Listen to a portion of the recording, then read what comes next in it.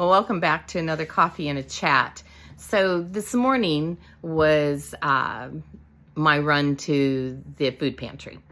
And as is usually the case now, when I go alone. And so that just means because I'm never alone.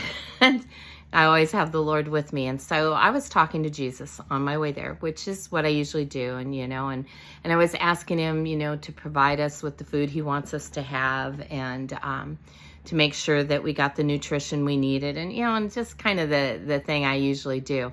But as I was praying, it came across me that the easy thing with prayer, I think, is, and maybe the thing we have the most tendency towards, is to ask God for stuff. Could you fix this? Could you provide that? Could you change that? And, and we have this list of needs that we take to him, which is good. We're supposed to. There's nothing wrong with that. But sometimes, like a lot of the time, we probably overlook the fact that this is supposed to be a two-way conversation, and that it's not all about me. It's not all about you. But Jesus is part of this. If we're in a relationship with him, then there's two sides to that relationship. And so as I was praying this, I said, and forgive me. Forgive me that I'm always so focused on, what we need, and I'm always asking him, to get me there safely, not even let me have a close call or anything, but, keep me driving good and the people around me, and it's just always this long list. And I just stopped in that. And I said, I know you're going to provide these things. And even before I ask you for, what I need provided, or what my heart's desire is, I know you already know. But I'm really feeling this conviction that today, I don't want to just ask you for what I want or what I need or what I think, but Lord, what do you want from me? So when I get to this food pantry today, is there something I can do for you? Is there maybe another reason, somebody that I can share with, somebody that I can witness to, encourage? What can I do for you today when I get there? Because this isn't just about me going to pick up food for my family, but what can I do for you? Because see, this is becoming a really strong drive in me, is that whatever days I have left on this earth, I keep saying this, and I said this the other day, just saying it, if we don't back it with our actions, then those words mean nothing. So I keep saying, I want to accomplish as much as I can for you, Lord. So I don't need to be all focused on, whatever food we're going to get, and, whether or not that's going to meet our needs. But instead, what can I do for you? How can I bless you today? What can I do to further the kingdom of God? So with that, I kind of got a little excited, because I knew that I'd asked and he wasn't going to disappoint. So I was kind of like, oh, I wonder what it's going to be. And so I got there and, and was going through the process and stuff. And there's this one sweet little lady there. I've got to ask her name. I do not even know her first name. I've gotten to know some of them, and I do know them by name. But this woman, I need to ask her name. And, and she's going in my prayer journal today, because I'm realizing how much God keeps having me interact with her. And so one day we'd stopped. There's an older gentleman that works there that is he is so hilarious.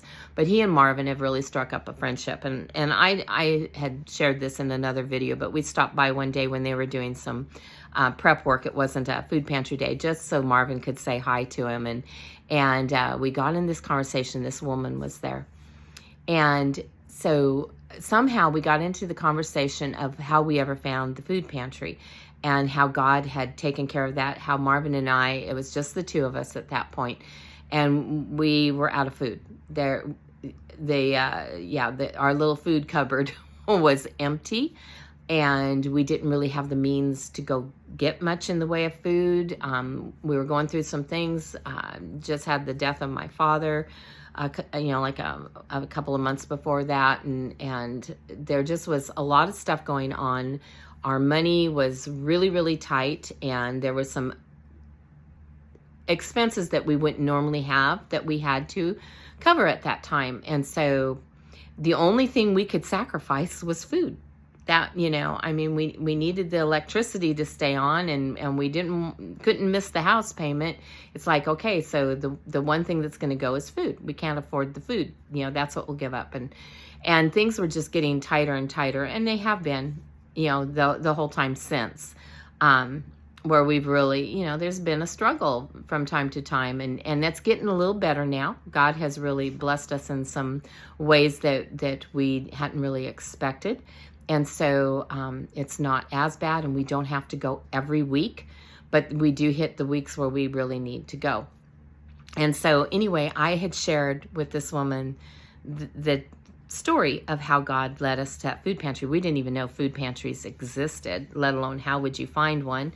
And God just, through a cut down oak tree, led us to that food pantry. And this older gentleman is the one that was there and telling us all about this food pantry, and he was just by the way, did you know we have a food pantry and we hand out food, and tomorrow's the day. And so, God blessed us. And I remember back then there was a lot more food than what there is now.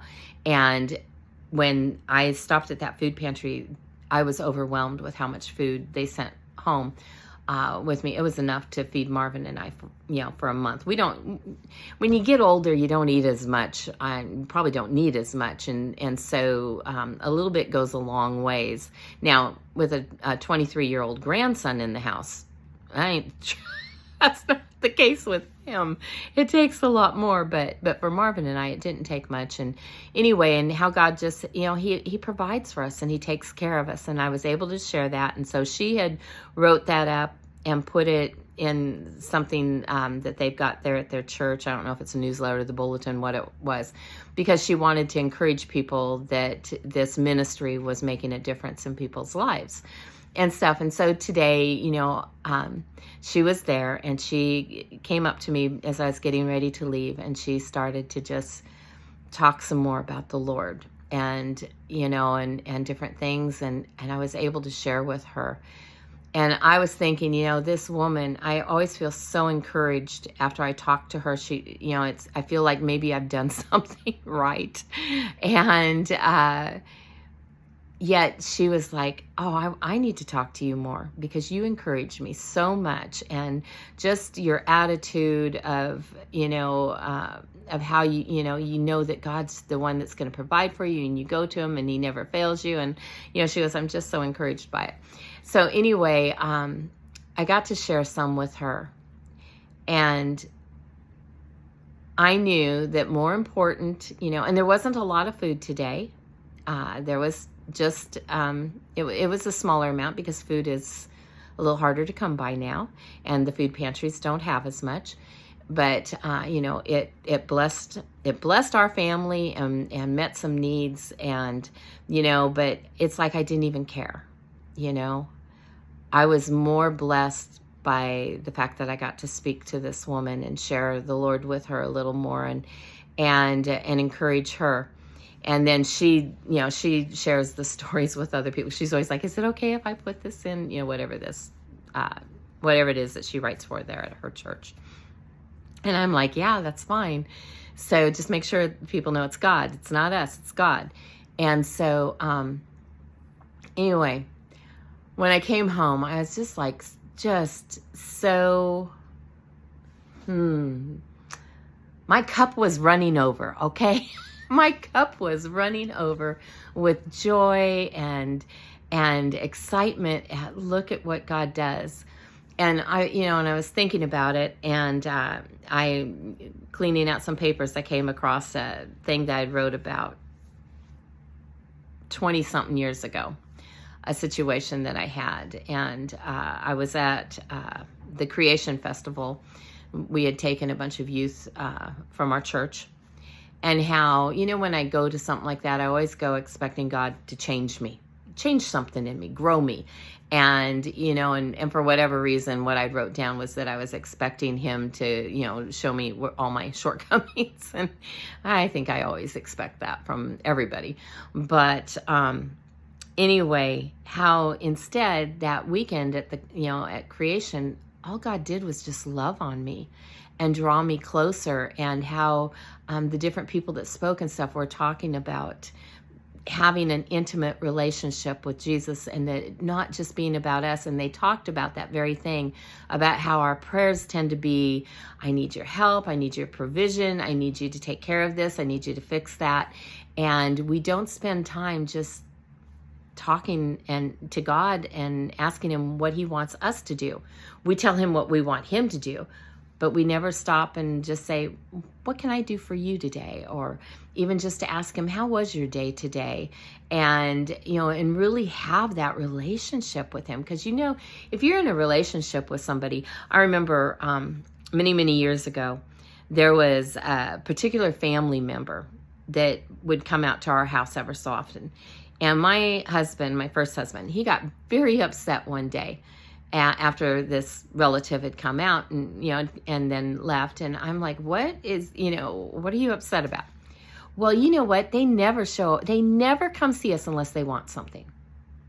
And they never ask me if I need something, and he just was like, it was bugging him that the only time he saw or heard from this relative is when they wanted something from him. And he's like, that's not a real relationship. That's a very one-sided relationship, and it was irritating him. Now, I've gone through that with other people since, that are, and seen people get irritated. And I get it, because when I have those people in my life that the only time that you hear from them is when they need something from you.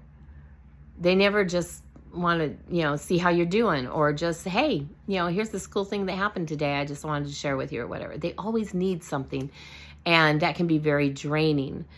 So it's not a real relationship. In fact, it always makes me feel like I'm working again, back in counseling, because when people come for counseling, that's what they're coming, it's what they need from you. And that's all you hear from them. You hear about their problems, and, they don't want to hear about yours, which, yeah.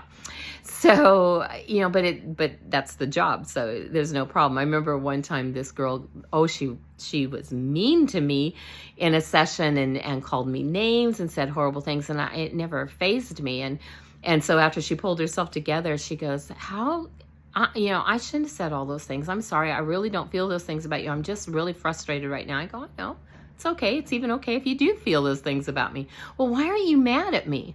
Because we're on this side of the door, we're in the office, and this is my job, and I'm not here trying to make friends, and so if you don't like me, or you're angry at me or whatever, it's okay. It doesn't hurt my feelings. I go, but now when we go on the other side of the door and we're in the hall and we're no longer doing a session, that might hurt my feelings. And she just kind of laughed. Okay, I'll try not to do that.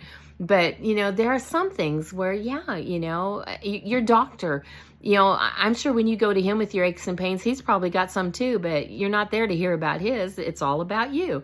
And so we do have these relationships where it's all about us. But when you have an intimate relationship, like with your parents or your kids or your spouse or your close friends or Jesus, it's not supposed to just be about us, but it's supposed to be about them too. And so I just, that's kind of been my theme today, is making sure that I'm not living my life in a way that I'm making it all about me, but that I'm really seeking what God wants me to do. And that's a much more, it's when I pray and talk to him, I feel like it's more important for me to ask him what he wants me to do, and ask him to open doors so I can serve him, so that I can be a blessing to him, so that I can do what he's called me to do. That's more important than whatever it is that I might need from him, because he always meets my needs. I know he's going to, but I don't always think about what I should be doing for him. So I just, found it kind of interesting, thought, it challenges me again, and blessed me one more time. And so, like I said, I was more excited. And let me tell you, I was way more excited about the door God opened for me to share about him than I was about what I got in my bag, when I came home. And I'm telling you, there was a half a dozen eggs in there. Now that's pretty big these days. At least where I live, eggs are so expensive, hard to come by. It's not, I check the egg aisle, whether I need eggs or not. I check it all the time because it's the hot thing right now. And just how much there are empty spaces there. And I was watching on the news, I think it was last night, when they were showing people going to some of the big chain stores and loading up their carts with stacks of eggs, and some places have put limits on how much they'll let you buy. So, eggs are the hot commodity right now, and, maybe for a while, but, the Lord sent me home with a half a dozen eggs today. And normally I would be just like, oh, there's eggs. And it was like, oh, that's so cool. There's eggs. Thank you, Lord. That is a blessing. But thank you even more that I had an opportunity to fulfill an assignment that you gave me. And I actually did it. I didn't fail to do what you had asked me to do. So it's encouraging to me. I hope it's encouraging to you. And if you don't always think about that, you might be one of those people that all you talk about with the Lord is what does he want you to do? That's awesome. Okay. But I know that the majority of people that see this video, it doesn't even cross your mind. And I'm hoping that today it'll cross your mind to just take a minute, get alone with the Lord and ask him, what is it you want me to do? If you got to go to the grocery store, that's all good and well. And, and yes, Lord, give us some sale prices so we can afford it or whatever. But even more importantly, is there somebody you want me to share with while I'm there? Somebody you want me to pray for? Do you have an assignment for me? Because I'm ready. I'm ready and willing to do whatever it is that you want me to do. Got to go to the bank, got to go to the doctor, just going to go down to the park and take a walk. Whatever that you're doing, staying home and doing the dishes, whatever you're doing, Lord, do you have something for me? Is there a phone call coming in? Is there a phone call you want me to make? What? And don't just worry about him being on board with your plans, but be a part of his. All right. I love you guys. I'll talk to you again real soon.